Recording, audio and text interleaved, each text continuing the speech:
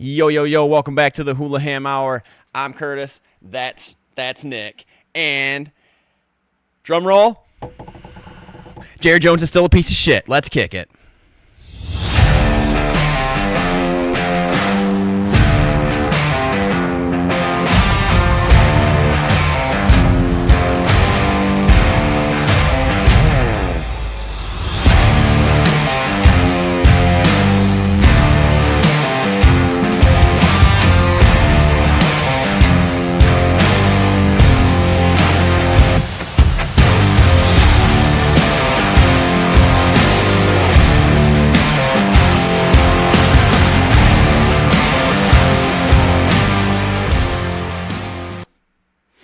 Welcome back, ladies and gentlemen. This is July 23rd, episode 34 of the Hulaham Hour.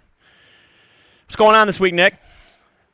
Oh, living the dream. How about yourself? Dude, I don't know whose dream it is, but somebody's. All right, so starting the show off on a fun note with Jerry Jones. Lead right into some NFL news to start this week off.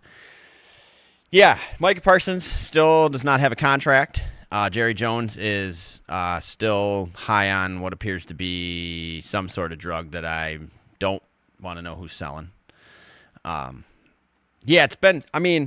We've kind of discussed this on the channel previously, how Jerry Jones is just beyond being able to be saved as an NFL owner.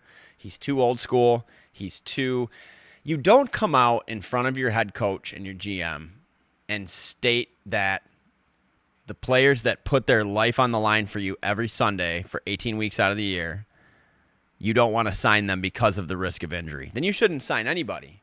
And he even threw his own quarterback under the bus by saying, I did that with Dak Prescott. Got all the statistics wrong, threw this young man under the bus, ran him back over, put it back in drive, ran him back over again, and then just acted like it was nothing.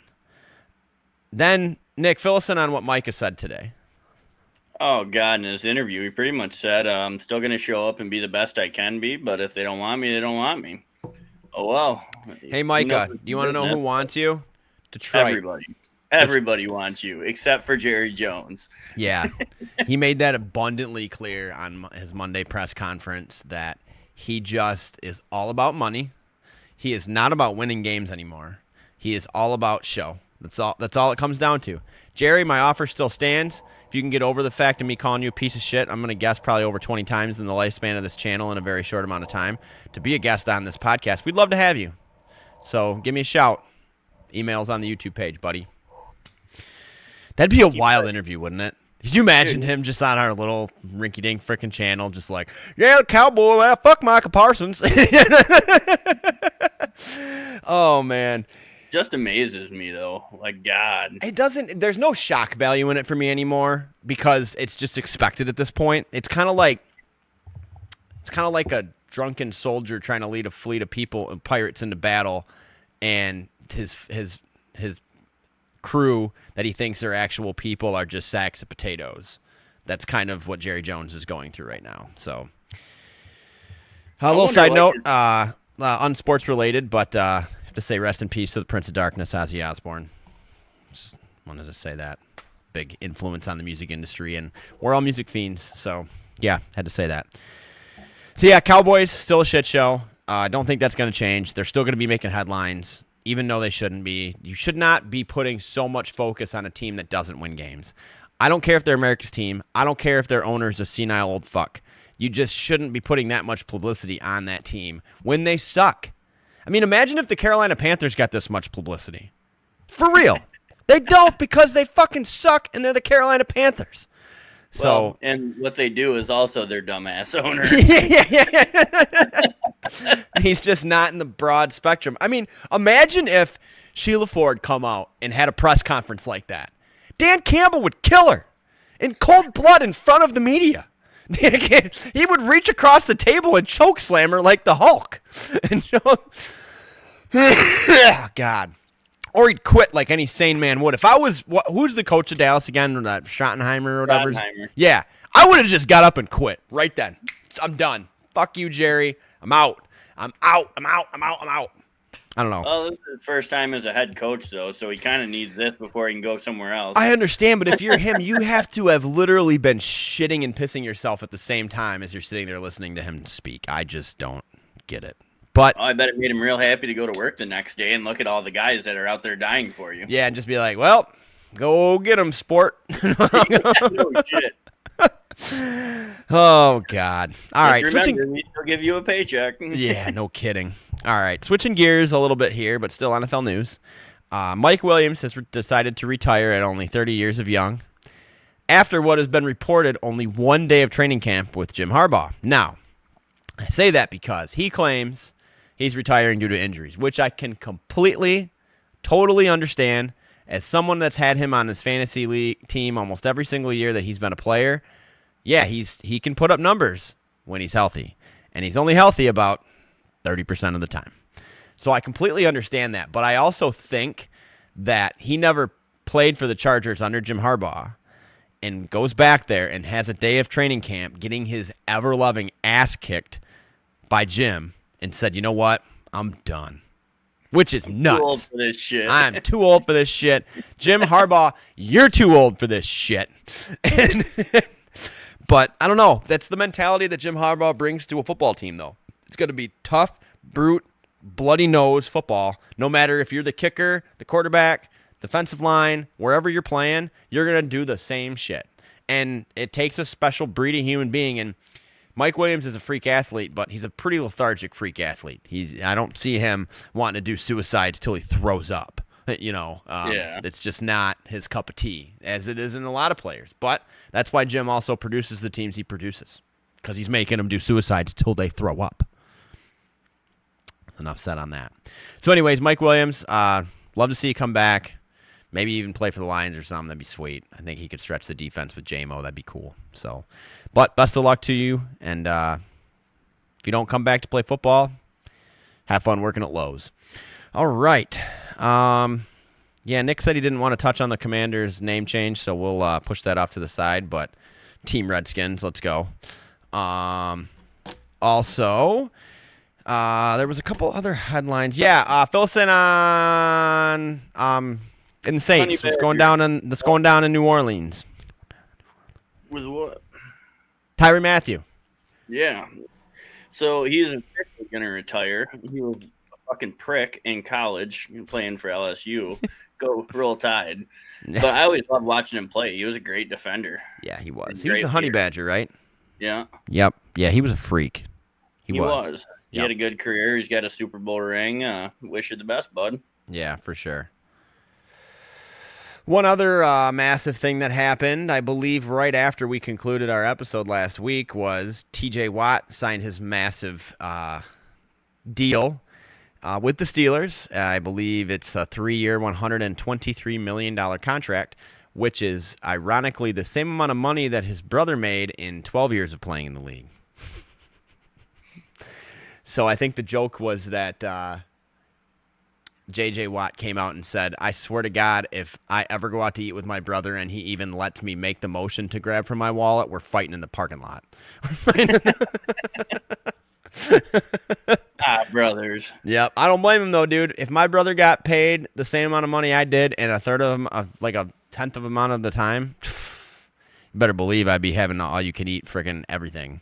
Be like, oh, yeah. The ribeye's only a 16-ounce. Well, bring me 5 of them, please.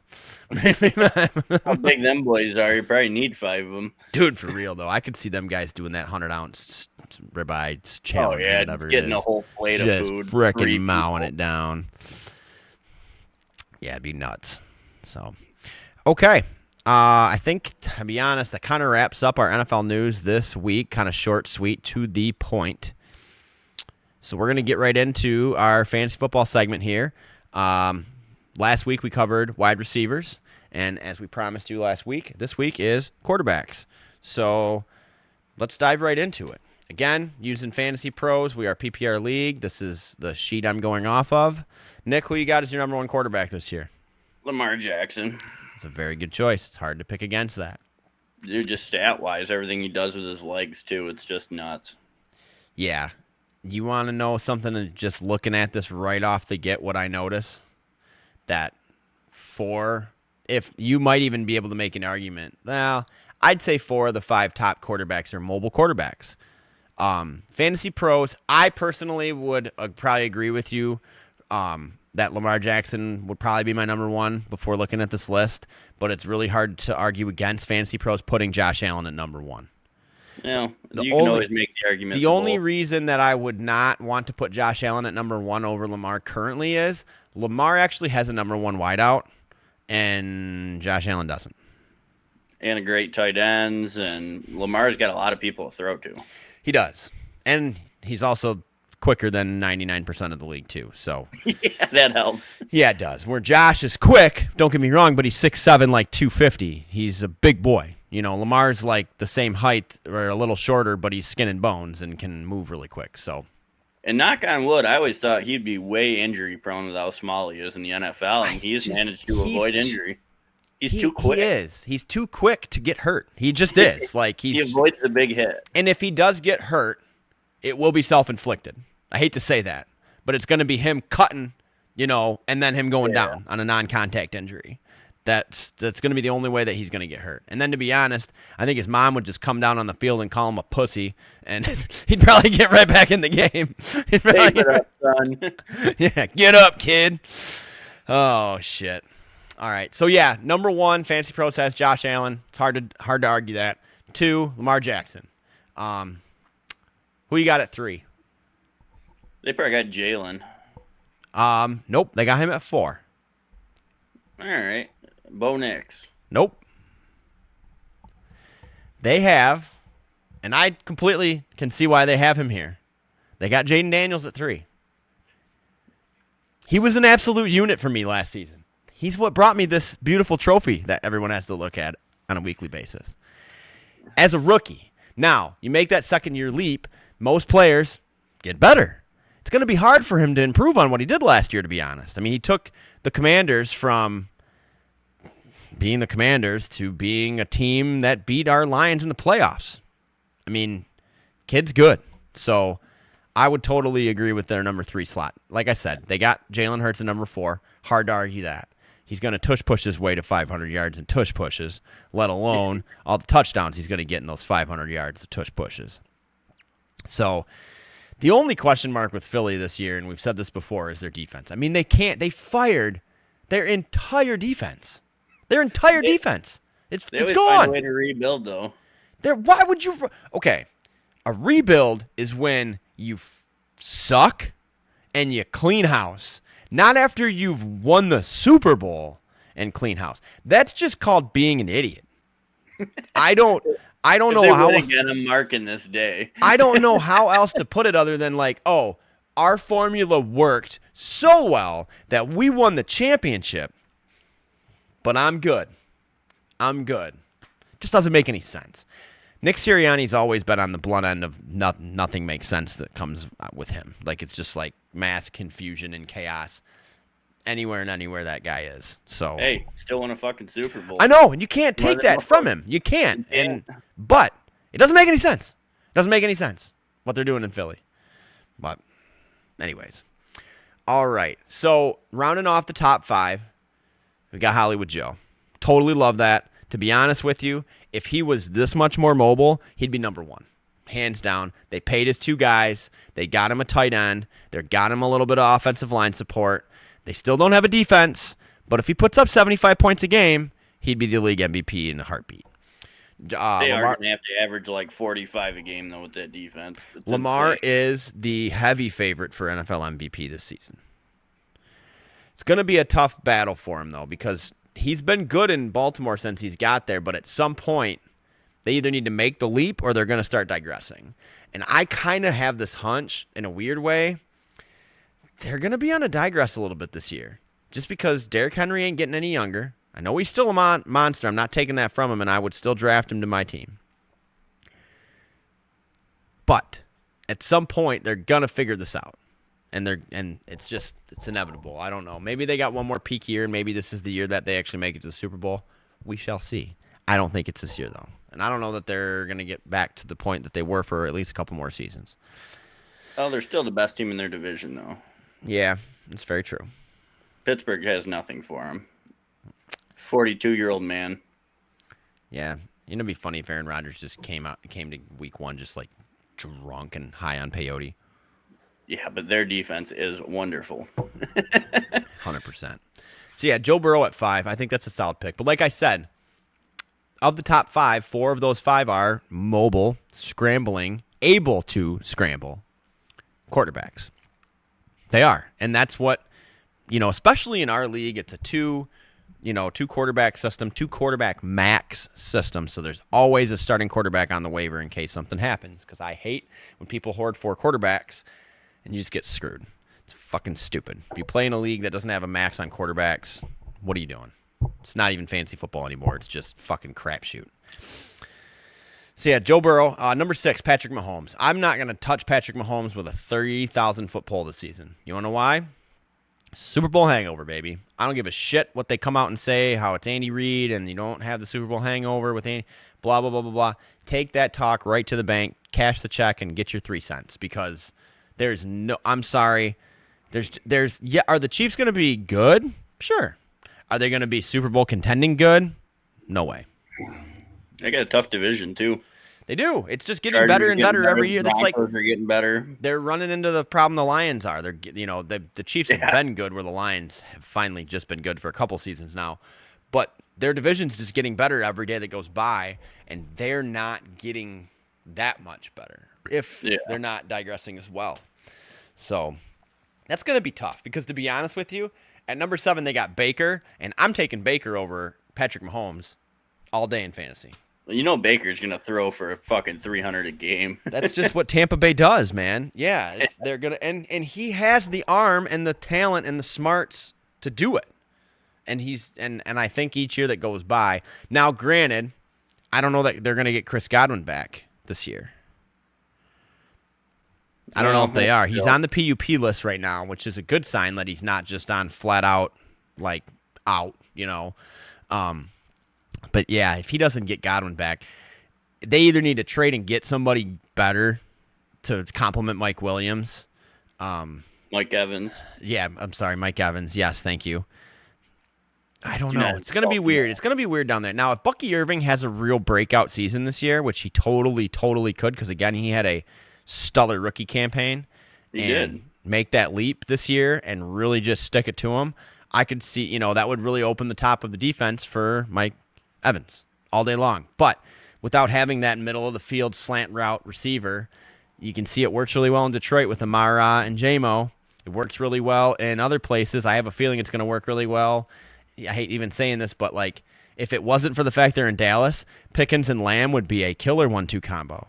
We discussed this on a previous episode on how they were ranked in the top 3 of wide receiver duos, and they haven't even set foot on the field together.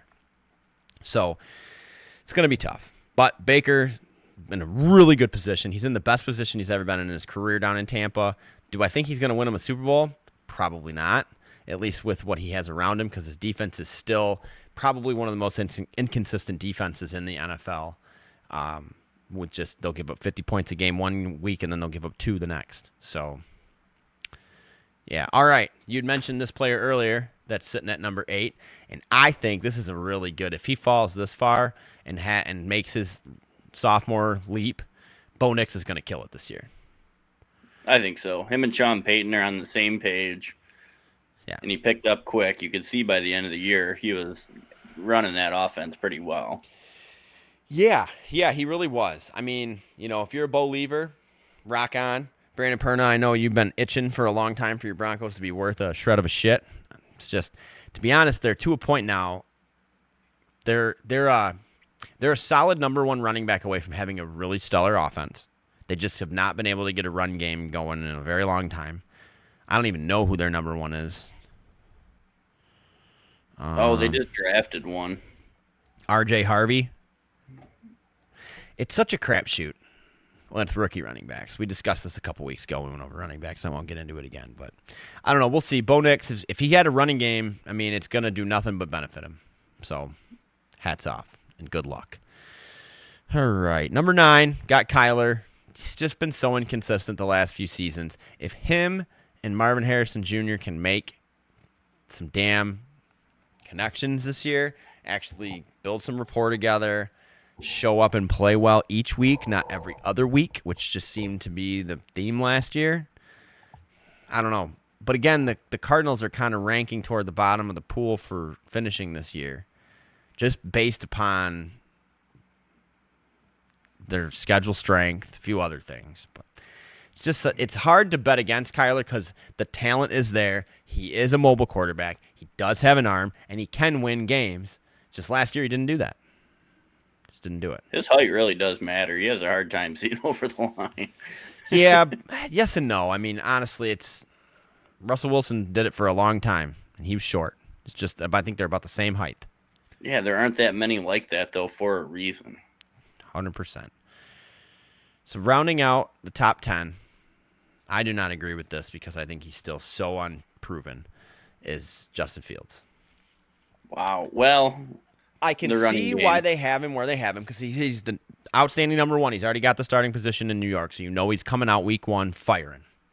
2, he does have weapons, and he is a mobile quarterback, which is going to get you points, period. I would probably put him more down in the 15-16 range. That's just me. I think a big part of it is having the reconnection with Garrett Wilson. That's his college buddy. Correct. That matters a lot. Yeah, it bears a lot. He's already got that chemistry. Yeah, look at Joe Burrow and Jamar Chase. I mean, seriously, it's proven. It works. So that's really only going to help him. Correct. Yeah. So we'll see. Again, I don't. 10's pretty high, though. It is. I completely agree. I even think number 11 is way too high. He could have been the backup, and he could be the backup in 6 weeks if he just fails. Yeah. I don't know. Fantasy Pros got their quarterbacks a little twisted, in my opinion, but that's why it's my opinion, and that's why they're called Fantasy Pros, because they're pros. Because they named it. And I'm not. And we have this channel here where I get the stats wrong 5 times out of 10, so yay. All right, number 11, totally disagree with this because I think I'll just go ahead and say I think he's the most overrated quarterback in the NFL. Just throwing that out there. Brock Purdy. I'm really curious this year, to be honest with you, because this is really going to be a year for him to either shit or get off the pot. Well, he got paid, so that's out the window. You can't bitch about that. I think it was a mistake paying him. I don't think he's an NFL quarterback. I don't think he's an NFL starting quarterback. And here's my explanation why. If you look at the statistics for passes thrown from 0 to 5, 5 to 10, 15 to 20, and so on and so forth, he leads the league in dump-offs and 0 to 5 yard passes. Do you want to know why? Because he can't read defenses. He can't read a defense well enough to know where to throw the ball before the play starts. And people like Jared Goff and Matt Stafford and players like that, yes, they're veterans. However, they know where they're going before the play even freaking starts. Almost every single time. And Brock Purdy looks like a clueless blind man out there. He's short. He's not fast. He's had tonnage of weapons around him for a very long time and has not made it come true. He did make him to a Super Bowl, but that was not his doing. That was their defense. Their defense took them to that Super Bowl a couple years ago. They just flat out, the Lions should have beat them 100%, but the defense is what took them. If you look at the stats, I think Brock Purdy was like 10 for 17 for like 87 yards and a touchdown. It's pathetic NFL numbers. I don't know. I'm not trying to hate on you, Brock. I'm sure you're a good dude, but as talent level wise, man, you're just not NFL material. That's all that was. Get your fucking shovel out, man. Go dig your grave. Nah, I'm good. Because to be honest with you, I'd take myself in a fight with Brock Purdy all day, guys. I take shits bigger than him. So, anywho, unhealthy. Not to get too far off topic again. Brock, you want to be on the podcast and prove me wrong? Give me a call. All right, number 12. This is, again, we're kind of getting to the area where it's going to be a little bit of a toss-up, but it's just unproven players.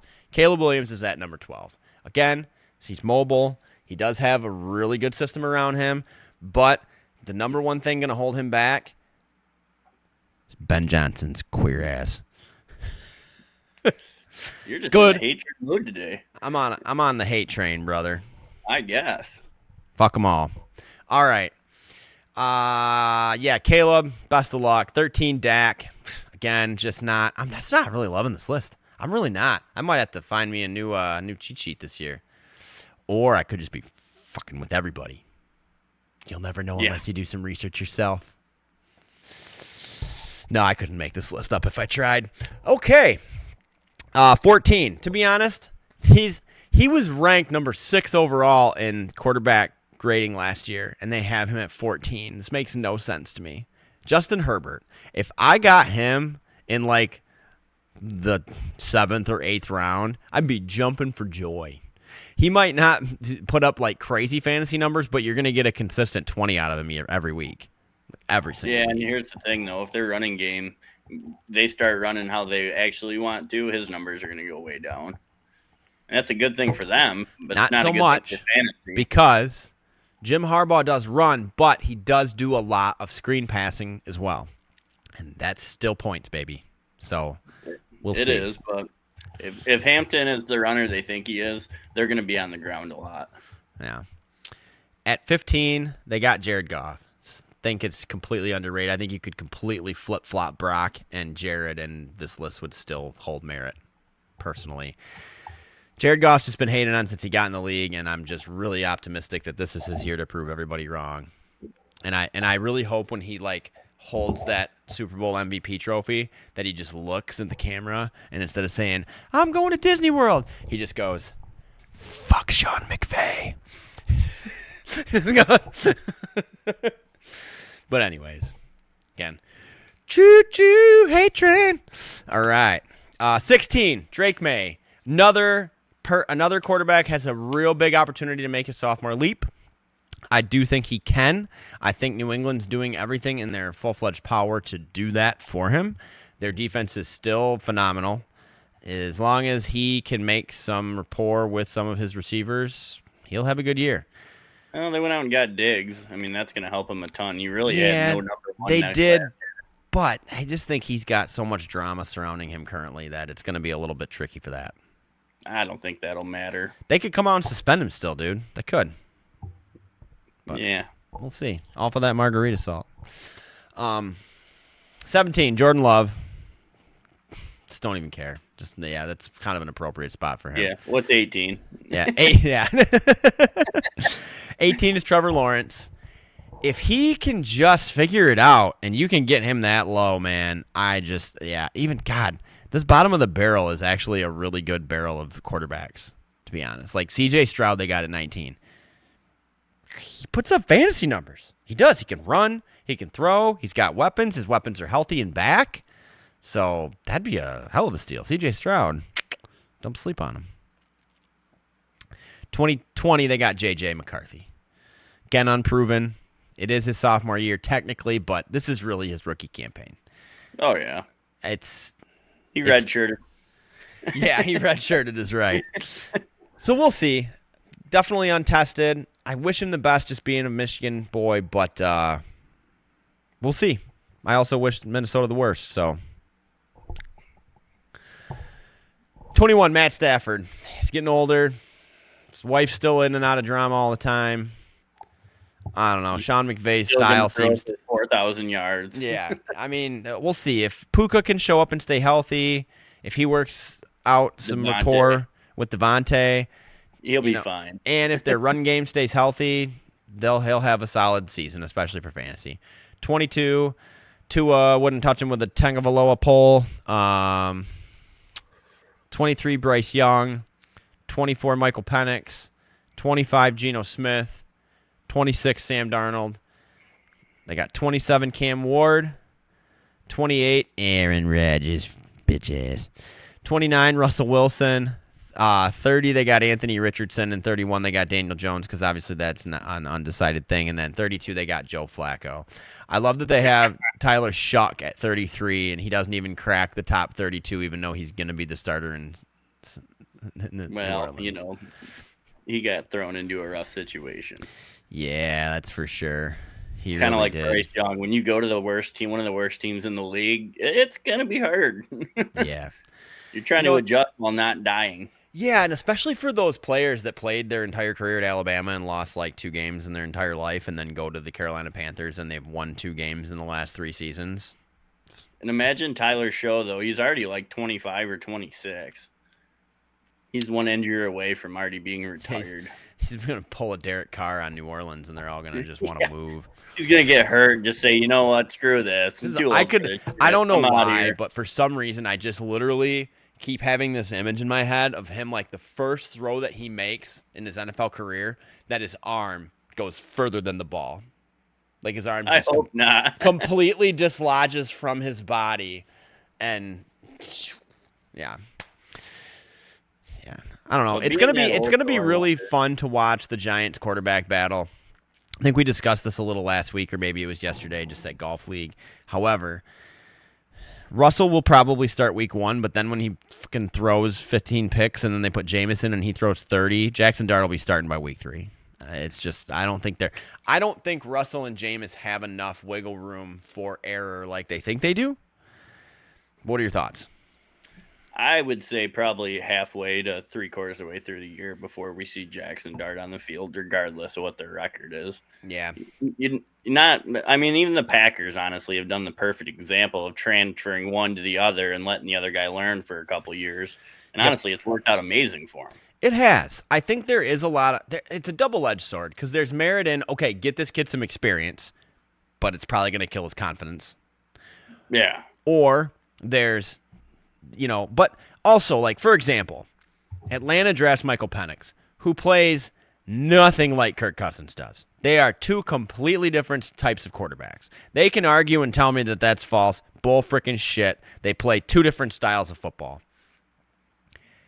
At least Patrick Mahomes, when he was under Alex Smith, at least they played a similar style of football in the fact that they're both commanders of the field. They're both seeing they're both really good game managers. Now, granted, Patrick Mahomes has the ability to extend a play where Alex Smith didn't, but you almost need to have somebody like the fact that Seattle drafted what's his name from Alabama, who is a completely different style of quarterback than Sam Darnold is. Now, I would have totally loved that pick for Seattle had Geno Smith still been in Seattle, because guess what? They play football the same. And when your mentor plays similar to you, it's a lot easier for that person to really grasp on and really take off and spread their wings. But what that tells me, though, is they're looking for an offensive scheme change. That's why they're getting both. And it could be. They're working on it. Or you could have the Cleveland Browns room and have two guys that run, two guys that throw, and one guy that's one chromosome away from not knowing what his name is. So, can't believe he's not in prison. Yeah, no kidding. Oh yeah, they still got Jalen Milroe. Yeah, and we could see this too. We could see Sam Darnold be the Sam Darnold that we are all accustomed to seeing, and him get ran out of town quick, and Jalen Milroe come in. Jalen Milroe reminds me a lot of Jalen Hurts. A lot of Jalen Hurts. They have the same build. They throw the same way. I think Jalen Milroe is a little bit faster than Jalen Hurts, which could help him. So he's faster, but as you know, I'm an Alabama fan, and he is not a better quarterback than Jalen. I never said he's a better quarterback. He's got a lot to prove. However, I could see him doing what Jalen Hurts is doing. I never thought he should have got drafted as high as he did, honestly.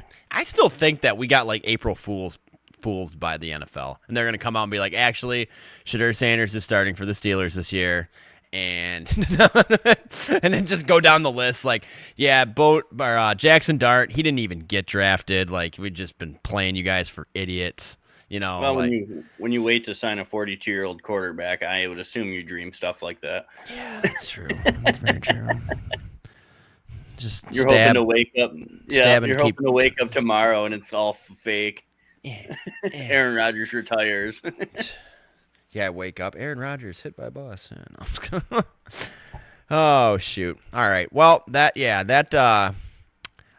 really don't know who's going to win the Indianapolis quarterback battle, and I don't think it really matters. I think it'll be Daniel Jones. I honestly think that they go 4-13 with either one of those quarterbacks. I think Richardson has the longer leash, but I think Daniel Jones ends up getting the job. We'll see. We shall see. I want to see Daniel Jones with the team that isn't the Giants, though.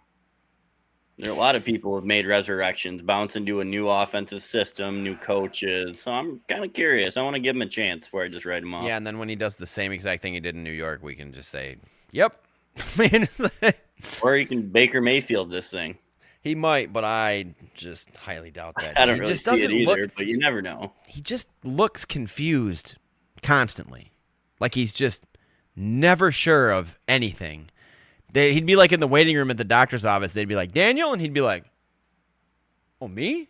Oh, okay." Like that's just the kind of guy I take him for. I don't know, but I don't know. I'm just so excited about this football season, man. I've not been this pumped up about a football season in a very, very, very long time, if not ever. If you can't tell 1 week from tomorrow. Yes. Hall of Fame game. 1 week from tomorrow is the Hall of Fame game. Thank you very much for that. We will be previewing that game next week, going over rosters, going over all that stuff. I could not be more excited about next week. It officially kicks off, in my opinion. The Hall of Fame game is the kickoff to the season. Yes, it's preseason. It doesn't mean anything, but I can come home 3 nights a week and there's football on. And that, to me, ladies and gentlemen, means football's back. Okay, well, that wraps up our quarterbacks talk for fantasy football. Get your knowledge on, get to reading, or get your ass kicked. So, yeah, fun. Okay, previewed it a little last week. Gonna dip our toe in the water with it this week. College football. Something we're going to cover on this channel. Not as heavily as the NFL, but I'm still going to watch football on Saturday. Damn it. So, Nick, who's your favorite this year? Man, it's hard to tell. So many people are getting paid so much money now to join these teams. Yeah. I mean, I think it'll come out of the SEC. You know, it's hard to bet against the SEC because they have 10 of the top 25 teams constantly. I mean, yeah, amazing. Like, for real. They can play football all year round, whether it's indoor or outdoor, pretty much, where unless you have an indoor facility, you can't do that in most other schools. They also have that money, a lot more money than a lot of other programs do. Yeah, it's hard to bet against the SEC. However, overall, you know, Texas has got a lot of momentum behind them, but I think the drama with the whole Arch Manning situation is gonna put a burden on their season. I think Georgia's being a little bit overlooked this year. I know you hate hearing me say that.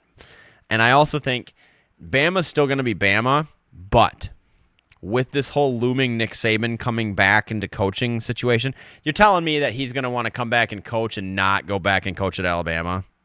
That ain't going to happen. He's not coming back to coach, dude. He's not. I don't know. Get your read on, man. It's looking pretty. I read it all the time. It sounds like a load of shit. Well, you know, when he announces that he's going to go coach North Carolina because they ran Bill Belichick out of town and then he starts fucking Jordan Houston, we'll see about that. He ain't coming back to coach. I think he's having fun with all the shows and everything and actually I agree. Say what he wants. I thoroughly enjoy him as a personality on television. He's very smart.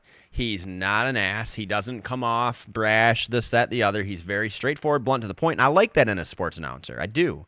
Just get to the point and tell me what I want to hear. And some guys don't do that. And he does. So hats off, Nick. Keep up the good work. We're stuck with DeBoer. Yeah. It is what it is. Yeah, I don't know. I'll just take Texas as my favorite this year just because it's an easy pick. But, again, I really think Texas has a real good way of screwing things up, whether it's professionally or in an amateur level in college. So good luck to you. We'll find out week 1. But I'll tell you who's not. I tell you who's not going to win shit this year. Ohio State. Well, game 1, Texas, Ohio State.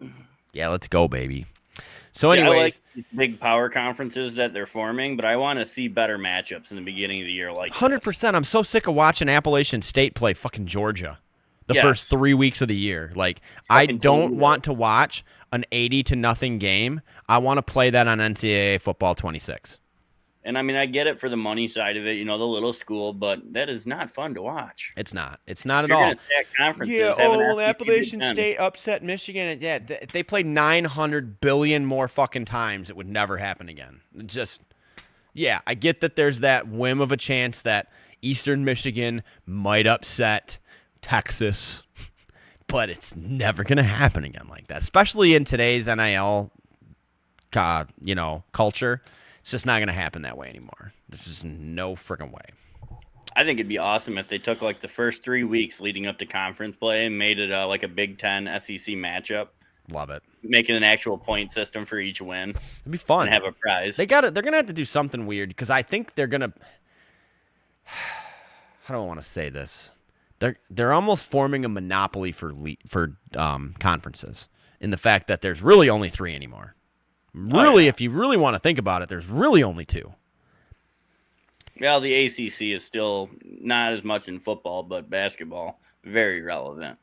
I agree with you there. We're talking football, though. It's just so hard to argue that there's anybody outside the SEC or Big Ten that can compete with anybody that's in the SEC or the Big Ten. Yeah, there's a few off years there, but I think you got to keep at least the ACC. And to me, the Big 12 is kind of a joke now. It is a joke. It's a complete joke. And the Pac-10 is done, right? Yeah, when they lost Texas and Oklahoma, they were screwed. Yep. So, and the Big 12's not a thing anymore, is it? Yeah, the Big 12 is. It's just got a bunch of teams like Colorado. Texas A&M and shit. Yeah. No, yeah. Texas A&M's SEC. Oh, they are? Okay. All right. The more you know. So, yeah, anyways, we do plan on updating everybody on some college football. Like I said, we're not going to get in depth with it. As you know, there's like 170 teams, and I would have to quit my day job, and I can't do that yet. So, unless you guys subscribe to this goddamn channel and let me and Nick quit our day jobs, that'd be fucking sweet. All right. So, yeah, wraps up football talk for the week. Pretty much going to get into golf talk, and it's going to wrap us up. So, before we get into golf, I'm just going to touch on baseball real quick because it's very short and sweet. Tigers need to pull their head out of their ass. It's been terrible. We've lost 8 of the last 10. We are no longer the best record in baseball. The Brewers took that from us as of yesterday. Now, I was watching this afternoon. I think the Tigers were playing a day game versus Pittsburgh, and seeing they had a rookie debuting as a starting pitcher today, and his second batter gave up a home run. Fucking way to pull up a AAA and kill their confidence, Detroit. Woohoo. Great job, buddy. So anyways, Tigers, pull your head out of your dick hole and get back to it. You're sandbagging in reverse, just like we have done in Golf League this year.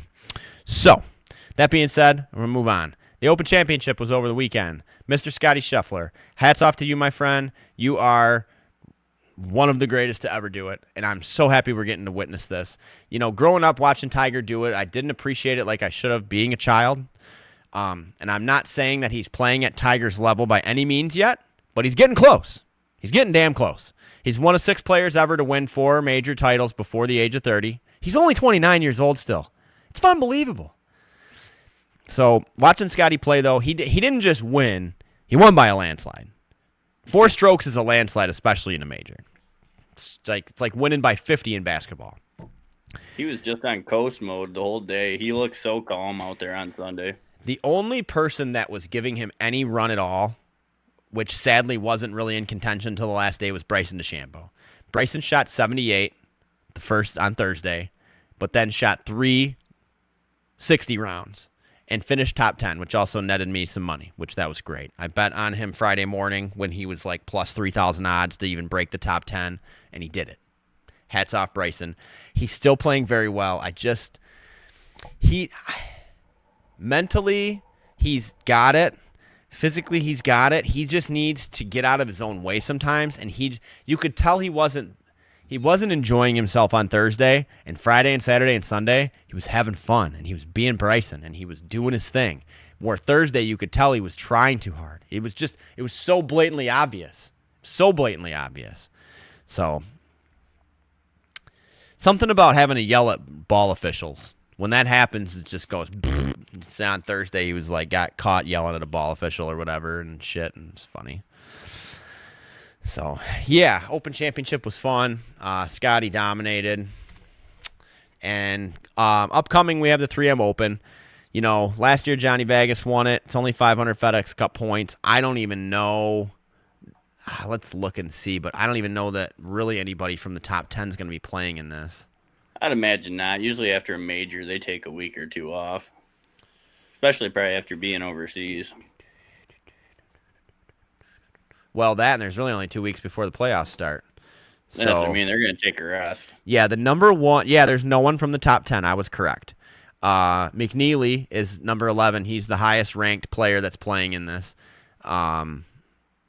These last 2 weeks are for everybody else to scratch and claw to try to get into the FedEx Cup. Yep. Them 10 guys, they don't need it. I'm sorry. McNeely's 11th in the FedEx Cup points, and he's 18 in World Golf Rankings. So there's not even anybody in the top 17 that's playing in the World Golf Rankings in this 3M championship. But still got a good field. Got the Gala, got Tony Finau, got Adam Scott, got Ashke Batia. You still got a really good field. These guys are clawing. You got Chris Goddard. I'm going to take Chris Goddard to win this weekend. I think he's just been playing some phenomenal golf, and it's hard to want to bet against that man right now. Who you got this week? I like Goddard too. He's been playing great golf. Been playing very good golf.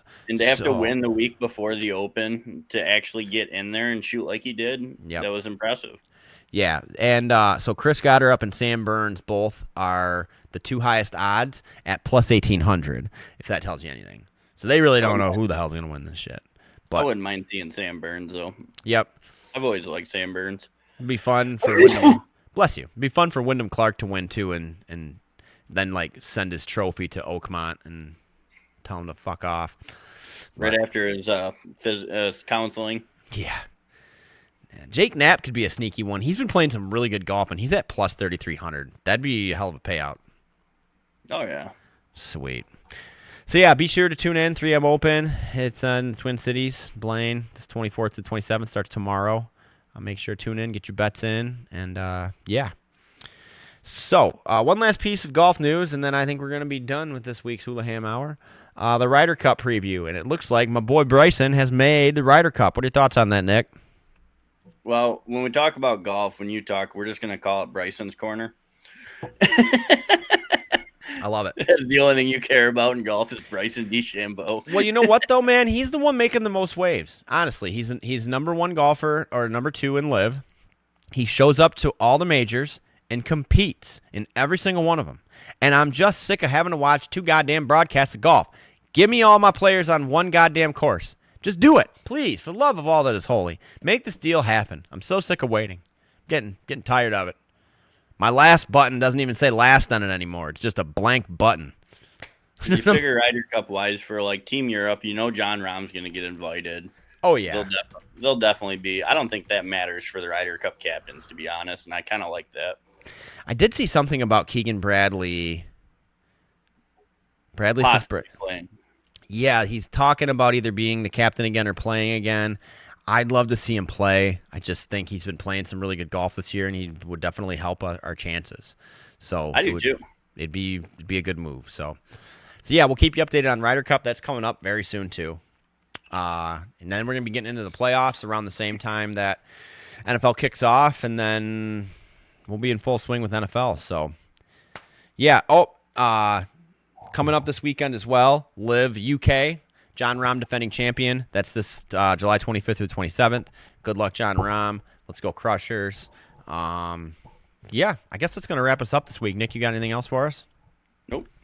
All right, bro beans. With that being said, ladies and gentlemen, thank you for tuning in. Don't forget to like, comment, subscribe. Tell us how wrong we are with everything we talk about. Anyways, with that, we're Hulaham. Out!